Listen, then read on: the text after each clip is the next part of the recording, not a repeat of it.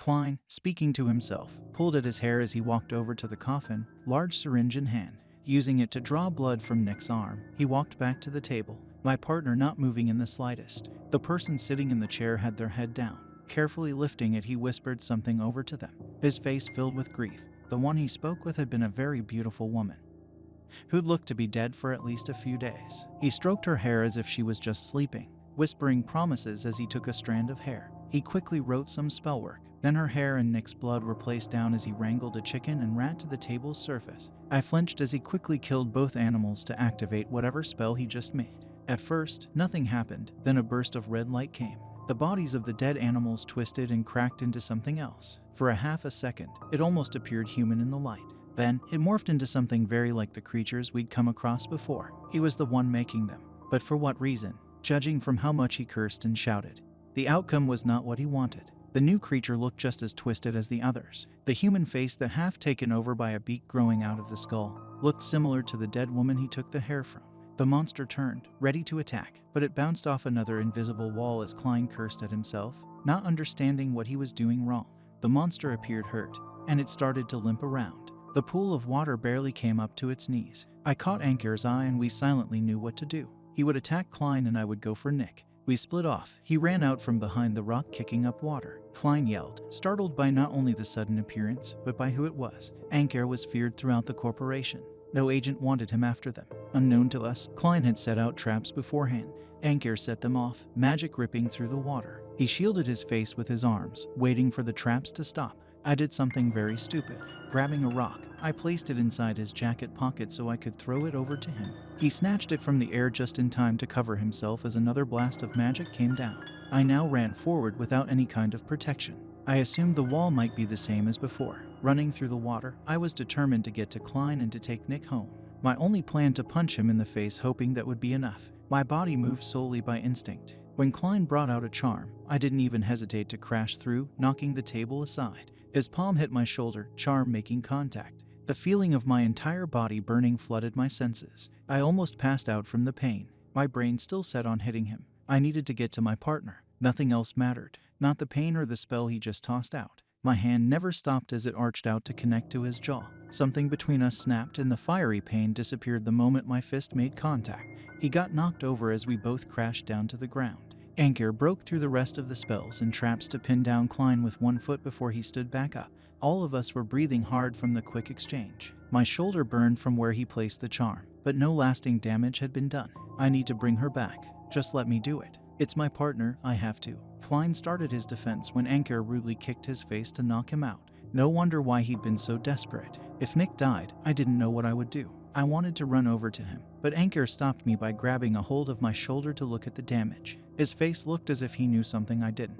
You should be dead, he commented, voice shocked. What do you mean? I asked, not following. The charm that hit me was just a weak spell, right? If it wasn't, I should still be on fire. I wasn't something special and hadn't picked up anything to break spells. You may be too dim to understand how magic works. Aside from using words to direct what it needs to do, we require the intention or willpower to put into the spells. There has been a theory that one could break through magic if their intentions were stronger than the one who made the spell. I've never seen such a thing before. I believe you got lucky. Do not rely on such a thing happening again. I listened to him as he found some rope to wrap the knocked out agent to bring him in later. He found a sheet to cover the woman up, showing respect I didn't know he possessed. I never would have thought I'd done something overly special. I just wanted to save my partner, the same as Klein. I knew Nick would forgive him for the kidnapping and my anger slowly faded. With that all sorted, I finally went over to check on Nick. His bare chest red and badly sunburned from being in the direct sunlight for so many days. The pale tattoos showed up on the burned skin clearly. I lifted the white cloth from his face to find his lips cracked and cheeks sunburned. He'd been cooking in the glass coffin for so long. I wished I called Abarash sooner to find him. I started to lift him out of the glass, but Anker stopped me. Do not move him yet. This is made of magic. As long as he remains inside, he'll be asleep. Unless the spell is broken, he'll remain asleep forever. He explained. Didn't Snow White have a coffin like this? I asked, thinking back to the movie I'd watched when I was very young. You've heard of the type of coffin before, Anker said, looking down puzzled. I shook my head, not wanting to correct him. Snow White woke up after being kissed by a handsome prince, right? Or was that Sleeping Beauty? I cared about Nicky, but I wasn't going to kiss him. That left one person to do it. Anker noticed how stiff I'd gotten from the idea. He waved off my ridiculous unspoken expectation. Just kiss his forehead so we can leave. He is weak after having so much blood removed and needs to heal somewhere out of the sun. He turned away to give us some privacy. Having him looking the other way felt more embarrassing, as if I was about to do something that shouldn't be seen. My face about as red as Nick's when I leaned over to kiss his hot forehead. He stirred a little, showing the magic wore off, but still far too weak to wake up. Ankir went to work, wrapped him in his jacket and put my limp partner in my arms so we could take him home. Nick was only a bit taller than myself but heavy as hell. I buckled under his weight, fully expecting Ankir to take over. "He is your partner. You carry him," he said gruffly and started to walk away while carrying Klein, limp under his arm. We needed to leave the other body behind, along with the animals chattering away. With some trouble, I got Nick to my back. We looked silly as I moved slowly, his feet dragging along with each step. This was my punishment for refusing to back down and keep going while risking my life. Ankir led the way, pausing every few steps for us to catch up as if he was on an NPC leading quest. My burned shoulder throbbed and my face dripped with sweat. I would never forgive him for making us look this foolish. I'd gotten halfway through the cave when pity was given. Walking over, he lifted Nick up with one hand to place on his shoulder. I panted, hands on my knees about to pass out from heat and effort. I started. "He is my agent. I can do this much. Besides, isn't your special talent accepting help from others?" He rightfully shoved what I said to him back into my face. At that moment, if he hadn't taken over, he would have ended up carrying all three of us out. I was never so thankful to see the sea as when we left the cave behind. Abarash waited for us. All the footprints in the sand showed she'd been there for a bit. "Let me see him." She quickly took over taking care of Nick. I collapsed in the sand, letting the warm water lap at my legs. Now that Nick was safe, I wanted nothing more than to take a nap. Abarash said she wanted to take Nick back on the boat, but it couldn't carry all of us. So I got left behind with Ankir. He started to draw a circle in the sand to leave. I expected he would to take me with him, but he rudely refused. He only planned on taking Klein back. "If you want to leave, wait for Abarash to come back, learn magic, or swim." He was really impossible to get along with. I accepted waiting for Abarash to come back for me. As Ankir stood in the transportation circle, he adjusted Klein on his shoulder. Without looking over, I thought I heard him say my name. "Did you say something?" I asked him, sounding tired. While still not looking over, he said something that made me choke on air. "I am sorry for your gender," Ankir said awkwardly. Just before his body fully sank down into the circle, I responded, "Thanks for the effort, but you really need to work on speaking with people." He gave a growl and was gone to make me wait for Abarash to come back to get me off that small island in the middle of the sea. She checked us into a resort, my room next to Nick's. Aside from the blood loss and the bad sunburns, he was all right. They still wanted him to rest for 3 days, and she suggested I stay at the resort with him for that amount of time as well. I've never been in such a nice place before. She called it a mini vacation, but I really didn't feel relaxed enough to call it one. I bought some new clothing and felt ready to sleep the rest of the day when she dropped the news that she would be staying until the next morning as well. That meant we could go on a real date. She knew I needed to distress after everything,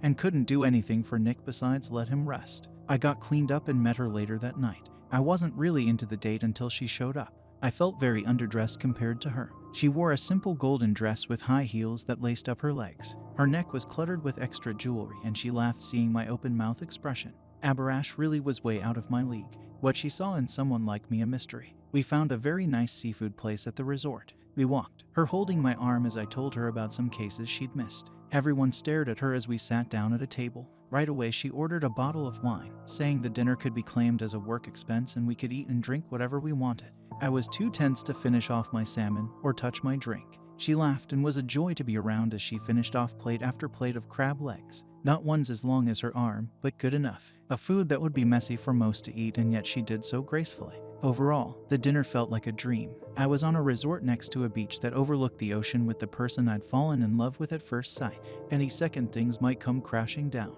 and yet they didn't. We walked arm in arm again, back to our rooms. I stopped in front of Nick's room for a second, debating on if I should check on him or stay with Abarash. She noticed and followed my line of sight. "Are you and Nick a thing?" she asked, and it shocked me almost enough to fall over. "What? Why would you?" I choked out. She laughed at the reaction. "People have been going around saying every time you call him Nicky it sounds like you're saying I love you." My face grew red knowing people were talking about me behind my back and saying such things. Shaking my head, I couldn't even speak. "It's not like that," I started to correct. Her eyes lit up, and she wrapped one arm around my neck. I wasn't even aware of what she was doing when she drew in close to go for a kiss. I went from stunned to even more stunned. When she pulled away, she laughed again, smelling of wine. Taking my arm, Abarash took one step forwards, nodding down the hallway. My room is just a few doors down. I can spare a night. She hinted, not being subtle at all. I took one step with her. I knew what she was implying, and goddamn did I want to go with her. My feet stopped moving, eyes to the ground, unable to speak up again. She noticed the mood shift and gotten closer again. She put her hand on my cheek, worried she upset me in some way. Hey, we don't need to rush. Do you feel a little uncomfortable because? She hinted, unsure of how to approach the topic. No, it's not that. Looking her over, I knew how stupid I was being. I loved everything about her, from her laugh to how her eyes glittered, even her habit of fidgeting with her necklaces. That was the problem. I loved her too much, and she did not care the same amount. I could spend the night with her, that's all. We were both too busy with our own lives and jobs to carry on a stable relationship. If I went through with this, I would expect much more, which was unfair to her. I'm more of a 3-date kind of guy, I said finally with a weak smile. That perfect smile came across her face. One more kiss was as far as we could go for now, and she wasn't mad about it. We both needed to wait just a bit longer to get things sorted out, to focus on each other. If you change your mind, just knock on my door, all right? I nodded, knowing my answer already. I watched her walk down the hallway and back into her room. Then I turned to go into mine, regretting my choice. In fact, I regretted it so badly I didn't sleep. I ended up lying in bed, staring up at the dark ceiling, sometimes screaming into my pillow over how dumb I acted. When I got up to get a glass of water, I pounded my head against the door frame again, thinking how stupid I was being. When morning came, I left my room to check up on Nick. I saw Abarash pass by. She paused to say goodbye and how she needed to get back to work. The regret driving deeper into my heart as I saw her leave. I was trusted with Nick's key to his room. I knocked, praying I wouldn't walk in on him changing. When he didn't answer, I panicked a little. Opening the door, the room to see it empty caused my fear levels to spike. I would check the bathroom first, then freak out. The door opened a little, so I knocked again, only to hear water shifting around. Inside the room, Nick sat in the tub up to his neck and with a wet cloth over his burned face. His knees were up, showing he wore his dress pants, his chest bare and still red. Oh, Nicky, how long is that going to take to heal? I asked as he moved his head a little to try and tell who just walked in. About 3 days. My body is healing the blood loss first, he said, raising the cloth from his mouth but not his eyes. Those sunburns looked nasty. Bottles of lotion for them were in the bedroom so he wouldn't be in too much pain while he healed. I sat next to the tub, testing the water to find it freezing cold. At least he wasn't bothered by the cold, but I worried it might make him sick. When he asked what happened, we both filled each other in. Klein submitted the odd disturbance case himself and asked for Nick to go with him. In the cave, he'd gotten the jump on Nick, knocking him out to try and use his blood to bring back his dead partner. We let silence overtake the conversation, neither of us certain of how to feel about what happened. Would you have just let him use your blood if he just asked? I wondered out loud. No, I have been used to bring back a person once before and have witnessed the outcome. It is not something I wish on anyone, he said softly, eyes still covered. What do you mean? I asked, not understanding how getting a loved one back could be a bad thing. I am not a perfect stone. They are not real. Alchemy is based on sacrifice. To create something that goes against that is not alchemy, it's magic. And not even magic can bring back the dead. As far as I've heard, a perfect stone cannot bring the dead back, but an unfinished stone is able to. In order to bring someone back, you must trade something of equal value. It is not as simple as a life to a life, but rather it must be that held the same importance for the person using the stone. If someone used a stone to bring a loved one back, they must sacrifice someone they love just as much, he said in a low tone. I let that information sink in. If Nick died, would there be anyone I could replace him with if given the chance? I knew how heavy the subject was for him. He took off the cloth and I could see how bad his face got burned. The peeling would be awful in a few days. He sank down a bit more in the cold water as he wanted to clean the air. We'll be here for 3 days at least. There is not much I can do right now. You should go on the beach or do whatever people do in resorts. I frowned, not liking that idea. It would be hard to enjoy myself while my partner suffered alone. He was right though. There wasn't much I could do for him besides letting him rest. I've never been in a resort before and wasn't sure what people even did. Swim, drank on the beach. Nothing really appealed to me. What's your plan? Are you just going to sit in the tub all day? I asked. I think I'll soak a shirt in that lotion and wear it later. My arms are too stiff to reach my back. The lotion may sink in after a few hours. Oh, that sounded like a good idea. After what Abarash said about us, I don't think I would ever be able to explain myself if anyone found out I was rubbing lotion on my partner's back. There were enough rumors about us without that fueling the fires. I agreed to try and make the best of the surprise vacation. I ensured Nick was fine on his own and he pretty much shooed me from the room. I didn't bring anything to swim in. I didn't feel like swimming though. I found a small store where I could buy a random mystery paperback in English. There was an empty chair on the beach from most of the tourists being too drunk from the night before to claim them so early in the morning.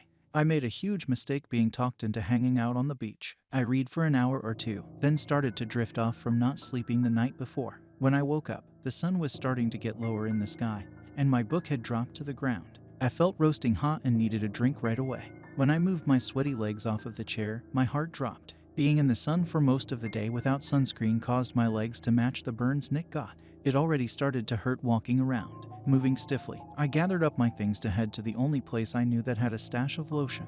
I would never understand my partner. I let myself inside, finding him on the floor face down in a pillow. It was a risk of suffocating himself, but the white tile floor may feel cooler than the bed. I stole some of his lotion for my legs, and he only lifted his head long enough to see why someone came into his room. His eyes filled with pity as he understood my pain. We didn't talk. I just hung out on his bed with the TV on, not really understanding any of the shows. My legs burned and the lotion wasn't doing enough. Frustrated from the past day, I sighed, letting some of my anger loose. I swear, my legs are so hot you can fry an egg on them. I groaned. Nick was burned much worse, and yet I started moaning to him about my legs. From where I was, I could see him lift his head to look over his shoulder. "Do you really think so?" he asked slowly, considering if it was possible. One call to room service and a ruined egg later we answered that question.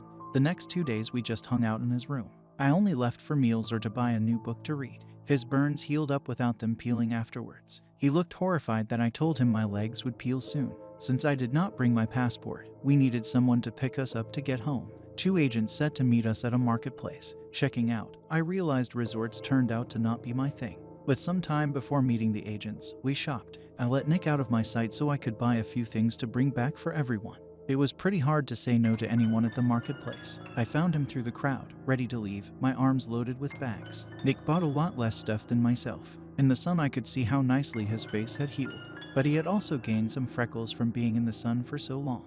They were too damn cute and I ended up bothering him by pushing on his cheeks with both hands, mocking his new freckles as he just tolerated his dumb partner. A pair of numbered agents walked over, looking back and forth at each other, trying to decide what kind of interaction they walked into. To bribe them to stay silent, I handed each a thin woven bracelet. Each man was excited over the gift. Just as we were about to be separated, Nick and I exchanged small gifts we bought for each other. We both bought the same beaded lizard keyring, a red one for myself because he thought it might remind me of hot sauce, and a pink one for him. I guessed it was his favorite color. I laughed when I saw we both bought the same thing for each other. Nick smiled fairly easily from the exchange. It was almost heartbreaking over how he'd gotten used to doing so. A few months of working together had really changed him. Not too many other people noticed. Or maybe he wasn't smiling around anyone else. I promised I would call him when I got home and he needed to do the same. I worried that he could be taken away again the moment he left my sight. That fear would stay in the back of my mind every time we weren't near each other. He shared the same stress. We both went off doing such dangerous jobs to help others it risked our lives every time. When I got back home and alone, my hand went over the new scar on my stomach. I didn't tell Nick that part, knowing how upset it would make him. I could only hope he never found out just how close to death I was that time around. I wondered why Anker turned out to be the one who came charging in for the rescue. I never got to ask if there was some sort of history between the two of them. Sending a message off to my partner knowing he got home safe, I showered, in a losing battle to get all the sand off. All that history and drama could be dealt with later.